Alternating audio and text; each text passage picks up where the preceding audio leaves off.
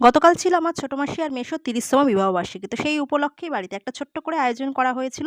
তো দুপুরবেলায় নিমন্ত্রণ ছিল। আমি তো বললাম ছেলে একটু বেরোনোর ছিল বলে আমি আর দুপুরে আসতে পারিনি। আমি এসেছি বিকেল। তো এসে দেখি সবাই এসে গেছে।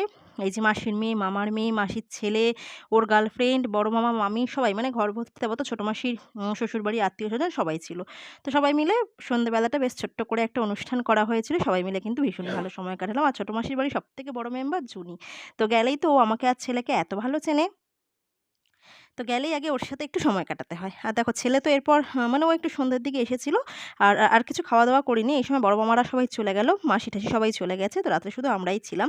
তো ক যেহেতু হাসব্যান্ড যায়নি মানে যেতে পারেনি এজন্য সমস্ত খাওয়া-দাওয়া ছোট মাসি সব গুছিয়ে দিয়েছিল। মেনুতে ছিল ফিশ ফ্রাই, ভাত, মুগের ডাল, ঝুরি আলু ভাজা, দই কাতলা, মটন কষা, চাটনি পাঁপড়, দই মিষ্টি। এই ছিল মেনু। রান্না-বান্না তো সবকটা অসাধারণ ছিল। তো সমস্ত কিছু ভাত থেকে শুরু করে ছোট মাসি সবকিছু রাতে গুছিয়ে দিয়েছিল।